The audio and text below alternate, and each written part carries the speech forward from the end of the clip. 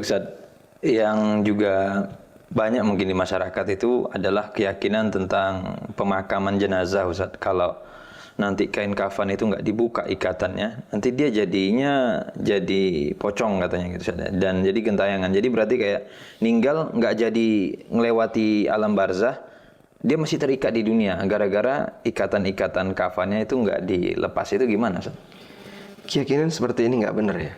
Karena sekali lagi, nggak mungkin orang yang sudah mati bisa balik ke alam dunia. Dan kalaupun dia balik, pasti yang dia lakukan adalah beramal soleh, berusaha untuk memperbaiki dirinya, bukan malah menakut-nakuti orang. Dan kita tahu yang namanya pocong itu kerjaannya apa? Setan. Nakut-nakuti. Ya. Dan itu justru membawa dosa dia, menambah dosa bagi dia, menambahi dosa untuk dia. Kenapa? Karena dia membuat kaget orang, membuat orang jadi takut dan seterusnya. Dan jelas ini adalah jin yang berubah wujud jadi rupa seperti pocong. Kenapa kok rupanya pocong, Pak? Karena itu kondisi terakhir yang dilihat orang ketika ada orang mati. Maka seolah-olah itu adalah orang yang hidup. Padahal nggak benar ya. Sehingga kalaupun ada orang yang, Pak, terekam kamera, betul-betul rupanya bentuknya pocong, Pak, lompat-lompat seperti itu, nakut-nakuti orang. Kalaupun andikan benar itu pocong, itu adalah jin yang berubah wujud, bukan orang mati balik. Karena kalau orang mati balik seperti tadi, dia pasti akan beramal soleh, bukan malah berbuat maksiat seperti ini. Dan anggapan bahwasanya ketika tidak dilepas tali pocongnya, maka dia akan gentayangan, kemudian dia akan apalagi nakut-nakuti orang. Ini nggak benar. Meskipun dianjurkan ketika orang meletakkan jenazah di kuburan agar talinya dilepas. Dan Imam Ahmad rahimahullah, ketika beliau mengiringi jenazah, sementara yang di dalam adalah anaknya, beliau memerintahkan kepada anaknya, lepas, halli, lepas. Akhirnya semuanya dilepas. Tapi dilepas bukan berarti dilucuti. Udah dilepas gitu aja. Jadi fungsi tali ini apa? Fungsi tali ini adalah untuk memastikan bahwa kain ini biar tidak lepas ketika dibawa dari rumah sampai ke makam. Maka dia dikasih tali.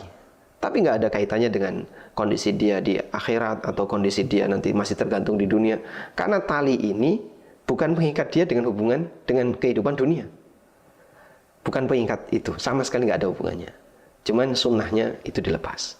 Ustaz, sebenarnya tadi kita bahas ruh dan yang lainnya. Pembahasan semacam ini itu penting nggak sih, Ustaz, sebenarnya? Atau ada sih pembahasan lain yang lebih penting? Atau gimana batasannya, Ustaz? Sehingga supaya masyarakat itu bisa memposisikan diri menggunakan waktu yang lebih sesuai gitu ya. Kira-kira seperti apa, Ustaz? Supaya tidak kepo dengan ruh atau yang lainnya. Baik, kalaupun Anda kepo dengan ruh ya, batasannya satu, jangan sampai berbicara masalah gaib dengan logika, dengan perasaan, atau dengan katanya-katanya.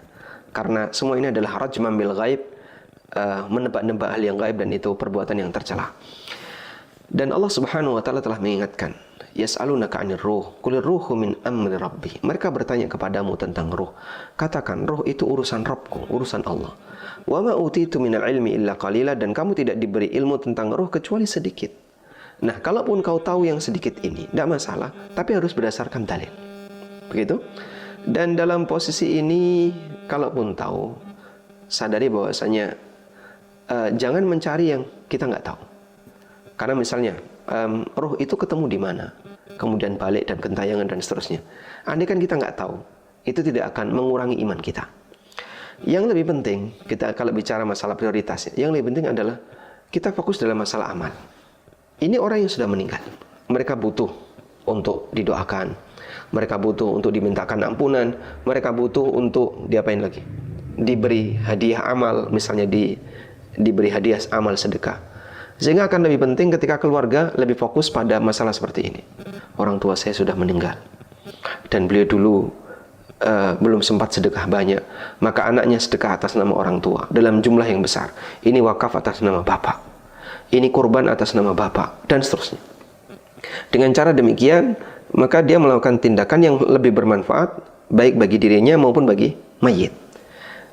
Dan Anda bisa lakukan amalan-amalan yang ulama sepakat pahalanya bisa sampai ketika dihadiahkan kepada mayit. Karena dalam hal ini ada rincian ya. Seperti apakah bacaan Quran itu bisa sampai atau tidak, ulama beda pendapat. Tapi kalau sedekah, ulama sepakat bisa. Karena ada dalilnya. Kemudian mempuasakan orang yang punya utang, bisa. Menghajikan orang yang sudah mati, bisa. Berarti termasuk juga mengumrohkan. Dan beberapa amal yang lainnya yang bisa dihadiahkan atas nama mayit. Maka Anda bisa lakukan itu sehingga memberikan manfaat bagi mayit.